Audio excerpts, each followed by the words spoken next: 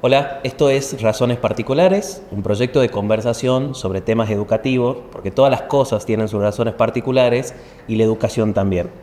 Hoy nuestro invitado es Pablo Berarducci. Pablo es egresado en la gestión educativa por la Universidad Nacional de Santiago del Estero y actualmente se encuentra a cargo de la coordinación académica regional de la Universidad de FASTA.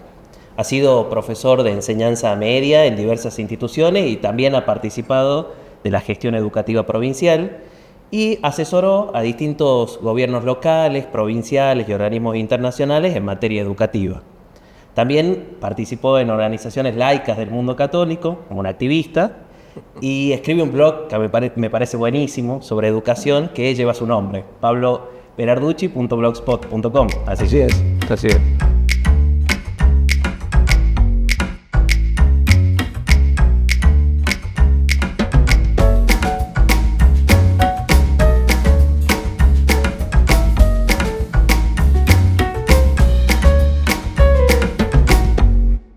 Recuerdo que cuando nos reunimos me habías comentado que tu interés por la educación había surgido más que nada por la dimensión política de la educación.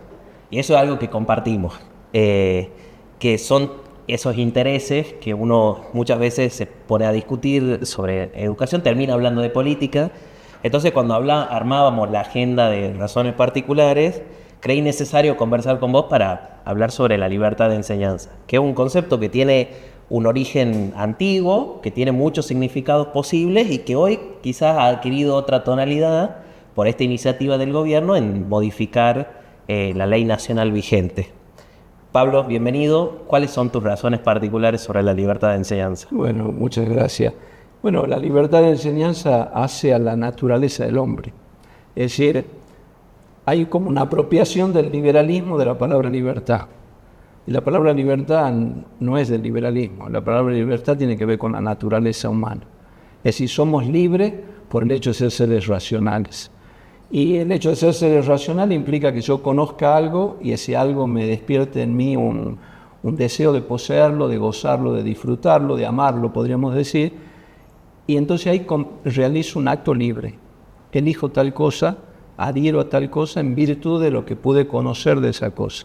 Entonces, la libertad acompaña a la naturaleza del hombre. No podemos concebir el hombre sin libertad, seríamos robots o animales, digamos así. Entonces, la educación es el proceso mediante el cual me ayuda a mí a desarrollar y llevar a plenitud esa libertad. Es decir, elegir del mejor modo el bien que más me conviene en el momento, en la circunstancia, en el contexto que me toca. Doctrina, magisterio educativo cristiano. No, Aristóteles. Porque yo pensaba que la libertad de enseñanza es un asunto muy importante para la edificación del sistema educativo argentino. Correcto. Es más, incluso yo te diría que es uno de los conceptos que pocos hay en educación que posee una escala global, porque hay una historiadora mexicana, Eugenia Roldán Vera se llama, que dice en el siglo XVIII aparece el concepto de libertad de enseñanza, porque en Europa fue un vehículo de los primeros profesionales liberales, los maestros en este caso, para enfrentarse a las congregaciones religiosas. Una especie de profesión de credo republicano, que si lo situamos en el contexto de la Revolución Francesa se va a instalar con mayor fuerza. Sin embargo, lo que dice esta autora, y a mí lo que me parece más atractivo, seductor para pensar el concepto, es que nosotros no necesitamos imaginarlo como algo homogéneo, sino que es necesario trasladarlo a distintas latitudes del mundo para ver más que nada sus usos. Y cuando nosotros nos situamos en Argentina, la libertad de enseñanza, o en América incluso, porque en Colombia adquiere cierto significado, en México otros, la libertad de enseñanza parece ser, en algún momento, la defensa del libre ejercicio de la profesión. Sin embargo, en Argentina, cuando lo movemos al fin del siglo XIX, principio del siglo XX, la libertad de enseñanza parece ser como la defensa de ese margen de autonomía que tienen las instituciones educativas frente a la intromisión estatal. Así que en ese sentido yo me acuerdo que había buscado en algún momento cuál es el origen del concepto. Lo que pasa es que nosotros elevamos, nosotros me refiero a cualquier persona, levanta la bandera de la libertad cuando se siente constreñido por algo. Es decir, yo en mi ejercicio profesional, en mi actividad comercial, en el modo en que transmito mis ideas, en el modo en que uso los bienes materiales, me siento constreñido por algo. Entonces automáticamente aparece desde la naturaleza del reclamo, desde la naturaleza personal, el reclamo de yo necesito más libertad. ¿Para qué? Para ejercer mi profesión, para disponer de mis bienes, para educar a mis hijos, para elegir a dónde radicarme, para realizar una actividad comercial, etc. ¿Me entienden? Entonces, el famoso tema de la libertad es algo que acompaña al hombre siempre, no solo en el ámbito de la educación, sino que acompaña al hombre siempre. Entonces, cuando una sociedad o un grupo de una sociedad reclama libertad es porque hay algo, habrá que analizarlo, investigarlo, argumentarlo, que le está impidiendo ejercer algún derecho o disfrutar de algún bien que él se siente que le están constriñendo. Entonces, ahí aparece, esa libertad puede referirse a lo educativo. Por ejemplo, vos has señalado una cosa importante en el contexto actual. Hay un sector de la sociedad que interpreta que la Ley Nacional de Educación vigente ha restringido sus derechos educativos en el ámbito familiar, en el ámbito de su concepción de educación, en el ámbito de la mirada de una formación integral. Y siente que el modelo educativo imperante ha hecho de que los organismos públicos, desde donde se gestiona la educación, bajen línea, como se dice. Entonces, eso dice, no me gusta. Yo quiero tener libertad de ejercicio de ese derecho educativo, de aprender y de enseñar. Claro. En ese contexto actualmente, como vos bien señalás, en otros contextos es, bueno, pero yo quiero ejercer con libertad, por ejemplo, lo que yo conozco en el aula. Entonces planteo, supongamos, la libertad pedagógica en el aula, ¿sí? ¿Por qué? Porque de algún modo te has sentido constreñido. Acordate que en algunos momentos esto estuvo constreñido, el tema de la libertad de educación en el aula, es decir, la libertad docente, la libertad de cátedra.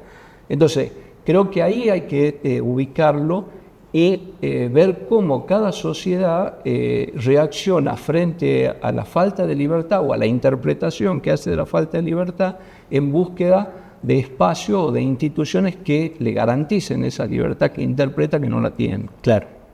No, incluso a mí me parece tan trascendente este concepto que antes que existe una ley, la 1420, existe la ley de libertad de enseñanza. O sea, en un sentido que yo de acá traje como solamente una nota de un periódico muy financiado por los liberales de aquel momento, del 1870 estamos hablando, previo a la unificación del Estado Nacional, que decía que el liberalismo se había vencido a esas repugnancias teocráticas de Juan Manuel de Rosas. Entonces se había proclamado la libertad de culto, la libertad de enseñanza y la libertad de imprenta. Y termina diciendo el fragmento, la educación se inspiró en esos principios para difundirse por la geografía de la nación, cargadas de un sentido de tolerancia y cosmopolitismo. En algún momento, como esa es la primera mirada que tienen sobre la libertad de enseñanza, por eso sirve la sanción de la ley. Y ahí hay un debate entre Fidel López y Félix Frías, que es muy interesante, porque están mirando el mismo proceso, yo creo que más que nada por el cosmopolitismo, pero están mirando el mismo proceso desde dos ángulos distintos. Ahora vos fíjate, te introduzco algo ahí que es muy interesante a tener en cuenta. La educación en América siempre fue una educación local. Siempre fue una educación vinculada a la familia. Desde el momento que España llega a América y porque España llega a América, pero el modelo y el régimen político que instaura en América es un régimen descentralizado, basado en el cabildo. Y el cabildo tenía todas las potestades, imprimir moneda, declarar la guerra y, por supuesto, educar. Y era el que habilitaba a los maestros a enseñar. Las enseñanzas eran más bien en pequeñas escuelas, donde el maestro tenía una pequeña sala y daba clases. Entonces, el registro de esa capacidad docente estaba regulada por el cabildo. Y los cabildos proyectan ese derecho, digamos, educativo como comunidad local, y por eso existe el artículo 5 de la Constitución. La educación primaria, que en ese momento era la educación, porque eso hay que decirlo, el acceso a la educación universitaria era muy restringido, incluso el solo hecho de que había menos universidades, la imposibilidad económica, los traslados, etc. La educación estaba en manos de los cabildos. ¿Y por qué pasa a estar en manos de las provincias? Porque si vos ves el proceso histórico de Argentina, los cabildos son los que se proyectan como provincia. La organización provincia aparece como una expansión de los cabildos. ¿Me entendés? Entonces, es ahí donde aparece, yo te diría, el primer conflicto. ¿Sí? ¿En qué sentido? En que la provincia dice, no, estos derechos son míos. Y vos vas a legislar sobre aquello que yo te cedo. Este concepto se olvidó últimamente, porque se piensa que la nación, no importa el signo político partidario, la nación es la que define las cosas, las provincias obedecen y los municipios acatan, digamos, no. Y la construcción del federalismo es precisamente desde lo menos complejo a lo más complejo federativamente.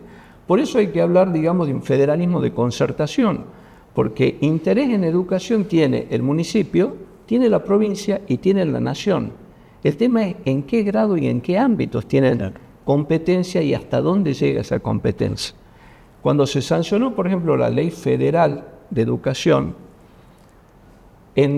tomando como base para esa legislación algunas de las conclusiones del Congreso Pedagógico, se establece un acuerdo, digamos, federal, que era: las provincias se encargan de la gestión educativa de las instituciones primaria, secundaria y terciaria, y el gobierno nacional establece un marco, digamos, de contenidos mínimos que se tendrían que alcanzar, o de objetivos mínimos, si no le queremos poner contenido, que se tendrían que alcanzar en cada uno de esos niveles. Y le quedaba al Estado Nacional la potestad de monitorear, de evaluar, de medir cómo evolucionaba eso. Eso es lo que decía la letra de la ley. ¿Sí? Ahora, eso se ha ido deformando. ¿Por qué se ha ido deformando? Porque el Ministerio de Educación o el Gobierno Nacional, cuando define políticas educativas, cada vez ha ido avanzando sobre las provincias. ¿De qué modo? Del modo fiscal. Entonces, yo no te doy financiamiento, pero lo tengo al financiamiento. Te lo doy cuando vos haces lo que yo te digo. Yo, por ejemplo, soy testigo, estuve en el acto donde se aprobaron los contenidos básicos comunes. En ese momento estaba DECIBE. Te cuento el escenario. Todo el Consejo Federal reunido y un montón de gente de todas provincias, etcétera, porque era un acto, digamos, federal impresionante. Bueno, yo estaba allí por la función que cumplía. Entra DECIBE al anfiteatro con un coche de niño, llevando un coche de niño, y adentro unos 10, 12 volúmenes que eran los contenidos curriculares mínimos exigibles. Y dice, ha nacido la criatura, bien. ¿Sabes cuánto demoró el Consejo Federal en aprobar esos contenidos? Menos que este programa. Claro. ¿Me entendés? Entonces, ya vos ahí te das cuenta cómo empieza a avanzar. Y ojo, no porque el otro quiera avanzar, sino que porque aquellos que tenían la autoridad de defender, de programar, de gestionar lo local, le entregaban sus atribuciones. Claro.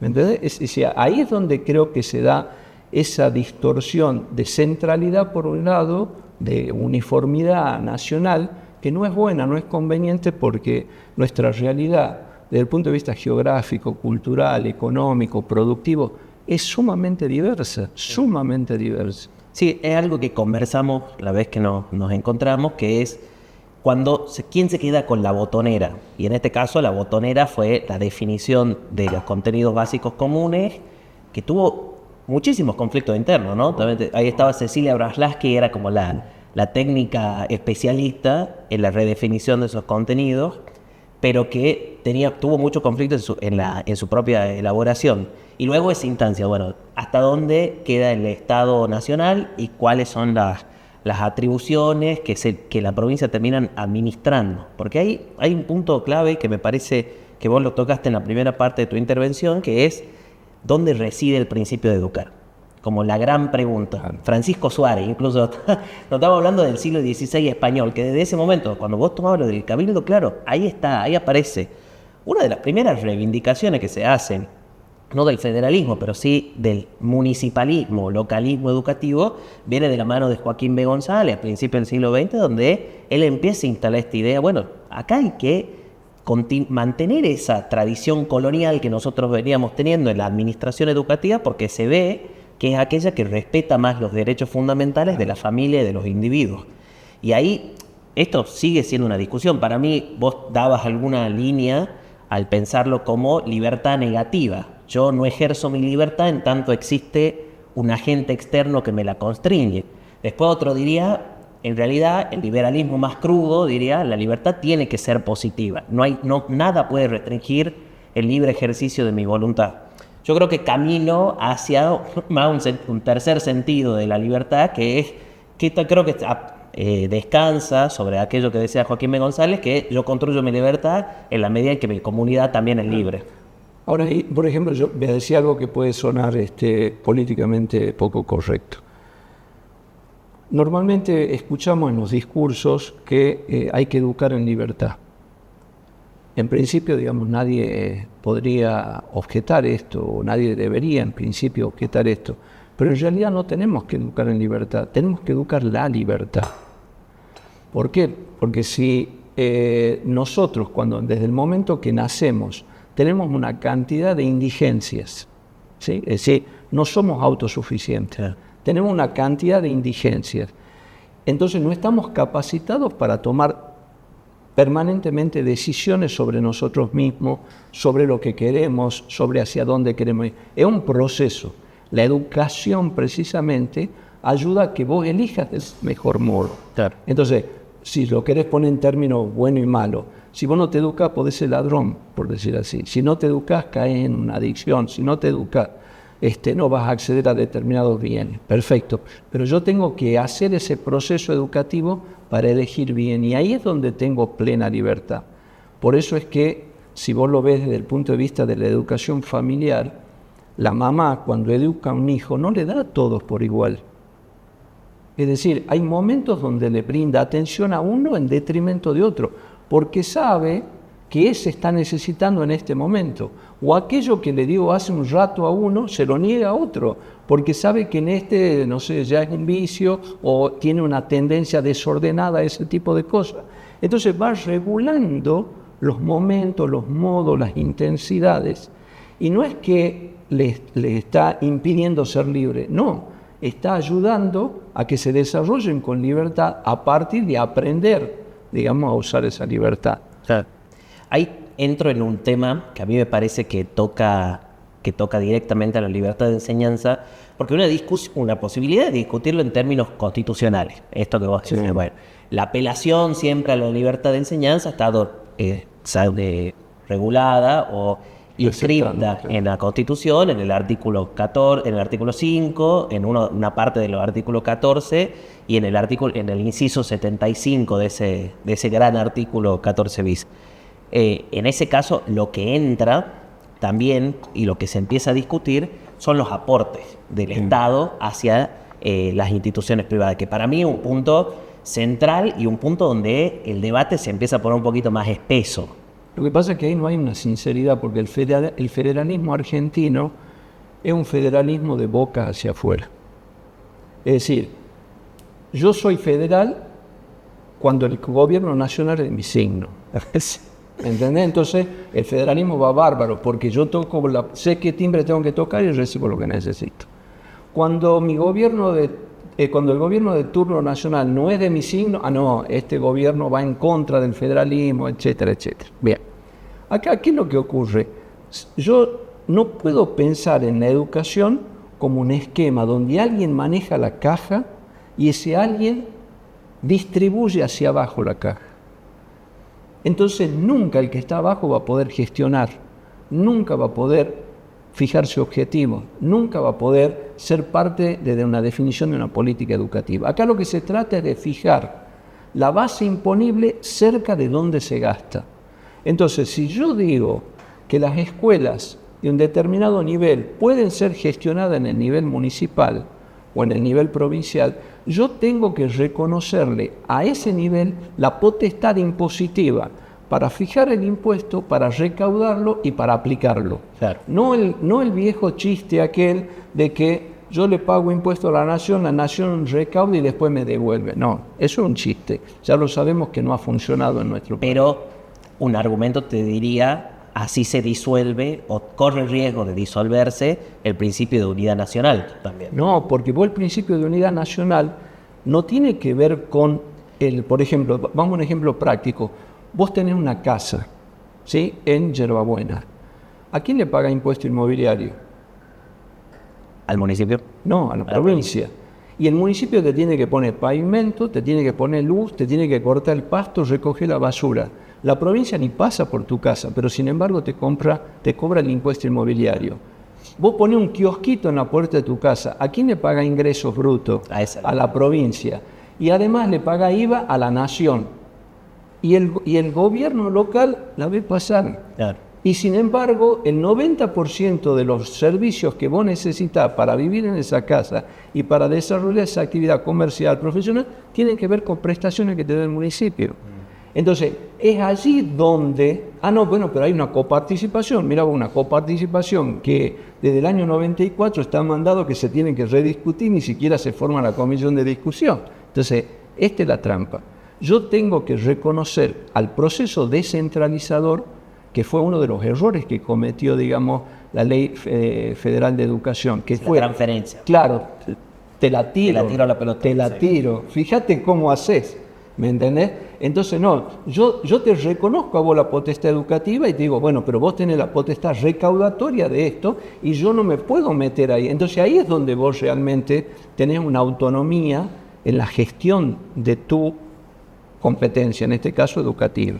Sí, a mí me parece que es un tema que, sobre todo mirando el federalismo, también cuando hay sincronía, es siempre un equilibrio muy finito, ¿no? Siempre un equilibrio tendiente al desborde, como la política en general. Entonces me parece que ahí volver a tener este tipo de discusiones, volver a tener este tipo de conversaciones donde bajamos la pelota, tomamos un café y empezamos a charlar porque hay como una preocupación en torno a cómo se piensa el futuro de una gestión educativa, que es un tema incluso pasando por mecanismos que ya han dejado de existir en esta provincia y en este país, que son los consejos plurales, o sea, cuál es el nivel de participación o integración de la familia, de la comunidad escolar, qué tienen para decir los padres, pero no solamente cuando se paran para afuera de la escuela y quieren avasallar la autoridad de un profesor, sino también dentro de las decisiones educativas.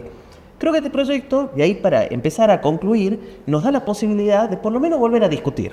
Y eso es lo que yo le valoro, como el proyecto de libertad educativa. Por lo menos que volvamos a tener estas discusiones francas, sensatas, donde podemos mirar desde ángulos distintos, pero la preocupación es la misma. Y sin discutirlo coyunturalmente, sino pensando más en el futuro. Yo lo que creo que hace eso, pero hace algo distinto. Y es ahí donde creo que se va un poco de lo que sería la lógica del liberalismo. Que es, yo te creo oportunidades, ¿entendés? O sea, pero no oportunidades para que vos hagas lo que quieras. Suponete, nosotros estamos hablando de la escuela. La lógica hoy de la lectura del sistema es que yo lo veo verticalmente al sistema. Arriba está el ministro, vienen los secretarios, las direcciones, una cantidad de cosas, hasta que llegamos a la base del sistema, que es el aula. Ni siquiera la escuela, es el aula, es el encuentro del docente con el alumno. Esa es la base del sistema. Bueno, este modelo, en la medida que se quiera llevarlo adelante, permite que demos vuelta a la cosa. El ministerio, la secretaría, la infraestructura, todo existe porque tiene que existir el docente con el alumno. Ese es el hecho importante educativo. Ahí es donde yo educo. El gremio está al servicio de eso. La formación docente está al servicio de eso, la recaudación fiscal está al servicio de eso, la infraestructura está al servicio de eso. En cambio, acá hemos hecho, de algún modo al revés, todas esas construcciones han terminado condicionando al docente. Entonces, el docente, ¿qué es lo que hace? No, yo no quiero problema. A mí me bajan esta línea, yo cumplo eso. ¿Verdad? Entonces, y por otro lado les generan un discurso donde le dicen tenés que ser innovador, creativo, romper todo lo... Y a ver, hasta hace muy pocos años, esto yo lo he vivido, los supervisores van y revisan de qué color está forrado el libro del tema. ¿Me entendés? Entonces, esto es lo que yo creo que da una oportunidad, al menos el texto que se conoce, porque tampoco no hay un proyecto, formalmente no existe el proyecto. No, y la desaveniencia de claro, este país. Claro, pues digo, formalmente no existe ni siquiera el anteproyecto presentado en mesa de entrada. Lo que existe es un texto que aparentemente se filtró o lo hicieron filtrar, no sé. Entonces creo que ahí es donde yo le veo mucho valor a esto. Y como vos decís, hay muchas cosas para discutir. Por ejemplo, el tema del homeschooling. Vos hablas con alguien que hace homeschooling y dice, no, está mal, yo no quiero que aparezca la palabra homeschooling en ninguna ley. No, pero pará, no es así el tema. Vos podés hacer educación en tu casa, pero tenés que estar referenciado con una institución educativa, tenés que tener ciertas pautas, ¿no es cierto?, de cumplimiento mínimo básico. ¿Por qué? Porque el derecho educativo tuyo está orientado a que tu hijo se desarrolle con plenitud. No es solamente yo ejerzo el derecho educativo como padre, sino que tiene una carga, un contrapeso, que es hacer de ese hombre un hombre libre, virtuoso, animoso con la sociedad en donde vive, etcétera, ¿me entendés? Entonces ahí es donde creo yo que da una oportunidad, como vos decís, puede ser para el debate o puede ser para que de algún modo se concreten y algunas provincias y municipios empiecen a jugar de otro modo en el tema educativo. Sí. Sí, creo que es un debate que empezamos hoy y que necesitamos sostenerlo en estos ámbitos. Te agradezco por venir a conversar conmigo porque es un tema que está metido en las entrañas y a mí me recontra interesa. Y recién empieza, diría. Y recién empieza. Me gusta discutirlo así, sin estridencias ideológicas ni forzando interpretaciones. Y yo creo que, como dice bien el subtítulo de tu blog, es pasión por la verdad, compromiso con el bien común. Y creo que es un poco lo que nos trae a charlar sobre temas educativos. Para las personas que les interese y que vean este podcast, le dejamos el link de tu blog para que puedan leerlo, porque publicas con frecuencia y una agenda que queda bien fuera de foco, ¿no? Que no está cubierta por los medios. Así que en este espacio recomendamos leerte pabloverarducci.wordpress.com. Así es de nuevo. Y bueno, muchas gracias a Alcurnia por abrirnos este espacio para charlar, por el café, y a Amanda, que nos dispone de las herramientas para que esta conversación pueda ser grabada y editada con la mejor calidad posible. Les recordamos seguirnos en nuestras redes, en Instagram y en YouTube nos encontrás como @razonesparticulares, y también este capítulo pueden encontrarlo en YouTube Music. Muchas gracias. Corte.